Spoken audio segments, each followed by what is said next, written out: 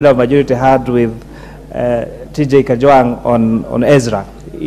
I would refer them to the book of Ezra, chapter 7, verse 8 to 10, that describes who Ezra was. And as a renowned lawyer, TJ Kajwang should really benefit from the great knowledge of the gentleman called Ezra in matters of law, and where he dedicated all his life to teaching the law. Having said that, Madam Speaker, before setting out the specific provisions of this bill, let me try to bring an understanding why we are here we are today. Privatization, Honorable Speaker, of state-owned enterprises refers to the process of transferring ownership and control of government-owned or state-run agencies to private individuals or entities. This is often done, Madam Speaker, through the sale of shares or assets of these enterprises to private investors or companies. The primary goal, Honorable Speaker, of privatization is to prove efficiency, reducing the fiscal burden in the government, promoting competition, and enhancing economic growth.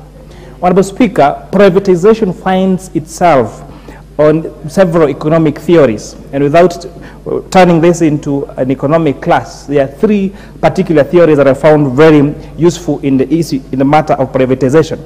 The first is the public choice theory, as written by one Butcher in 1972. Honorable Speaker, this writer actually says that public-owned entities end up performing poorly because they are led by politicians. And the greatest motivation of politicians is getting votes. And therefore, when faced with a decision of getting votes or enhancing efficiency of that institution, a politician will always choose votes. And that is therefore why, as per public choice theory, these public-owned entities actually fade. And that is why it is in the best interest of the country that they be privatized. Honorable Speaker, we have the property rights theory, which says that shareholders are residual claimants to profit in an enterprise or in a company. So if I am a shareholder in a company and I sit on the board of that company, I want to get more profit from that institution. But who are those that sit in the board of these companies? Most of the time, the shareholder called GOK is represented at the board by either the principal secretary or the cabinet secretary for that line ministry. The problem with this is that usually in private enterprises, as a shareholder, you want to maximize your profit. But here, the profit does not come to yourself as a person. And therefore, the effort that you'd expect that particular minister or PS to put in that particular institution is minimal, because this additional responsibility does not accrue any additional revenues for that particular officer. Madam Speaker, we have the agency theory. And the agency theory talks about that managers will always try to maximize their own utility.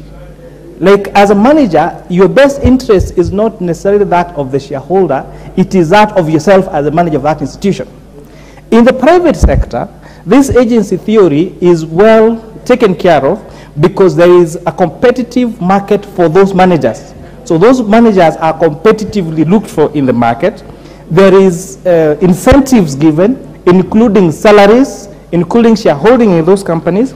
You should check, for example, this payment that is made, the salary that is paid to CEOs of some of these institutions in Kenya. You know, the other day we were having a conversation with one of my colleagues who were together in university, who has risen up the financial markets or the financial institutions ladder, and I was surprised about how much money he's making in a month. To imagine that members of parliament are well paid, there are very many officers out there who are paid unimaginable salaries. So that reward system now takes care of the challenges of agency theory. But in public-owned institutions, these officers have to adhere to the job groups in government institutions. And whether that publicly owned enterprise makes how much money, there is no reward system, whether in terms of shares or better remuneration for those officers, which therefore makes the motivation that they have in those particular institutions very minimal. Honorable Speaker, the bill had proposed something that the committee really flagged out, that there would be a privatization program. And this privatization program, Honorable Speaker, is the program that states which institutions are going to be privatized when and how. But interestingly, the bill excluded the approval of Parliament.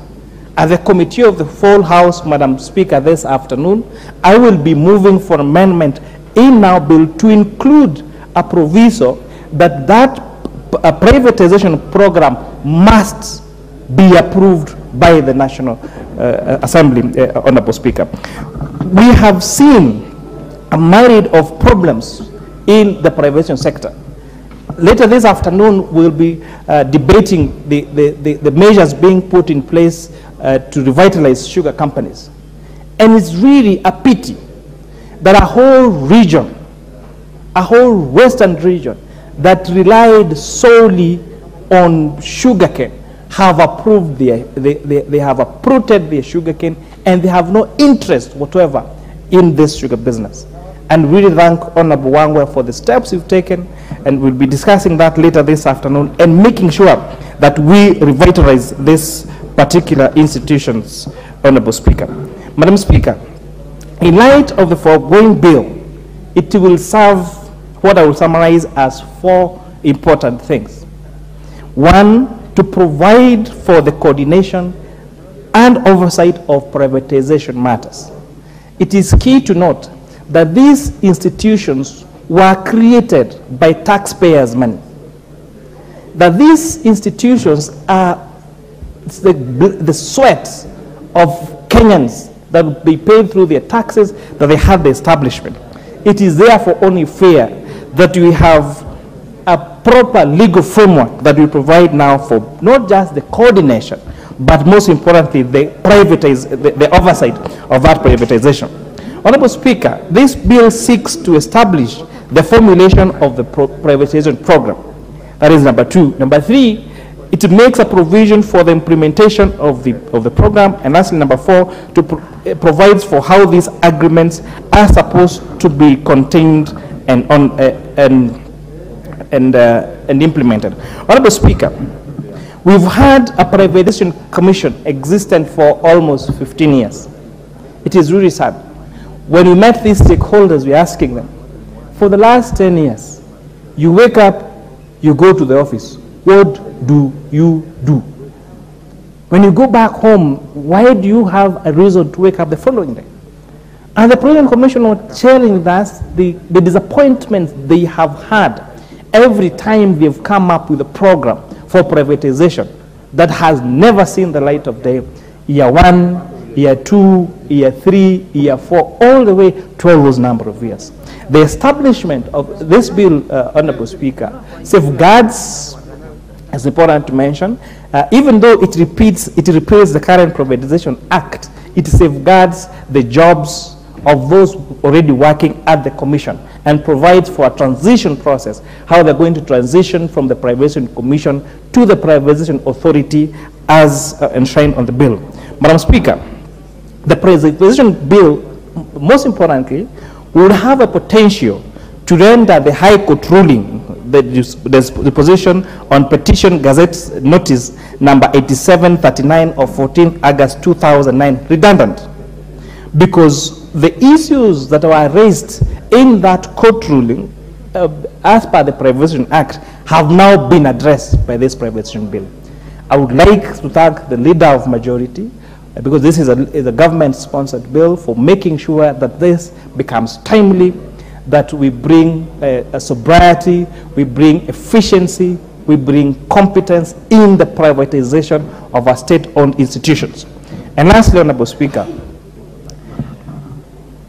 government is a terrible businessman across the world. and no government should do business that can be done by the private sector.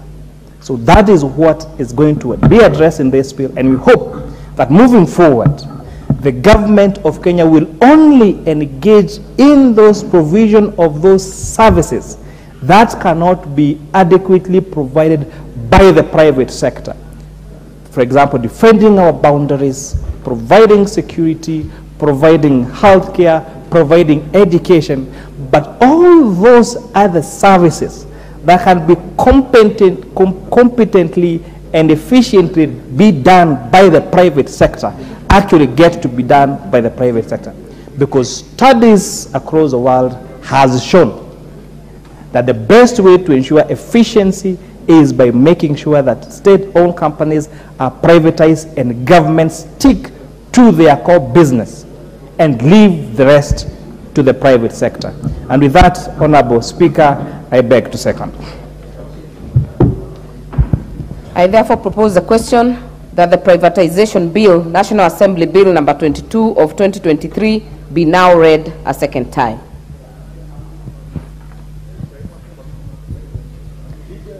Honorable Dr. Pukose.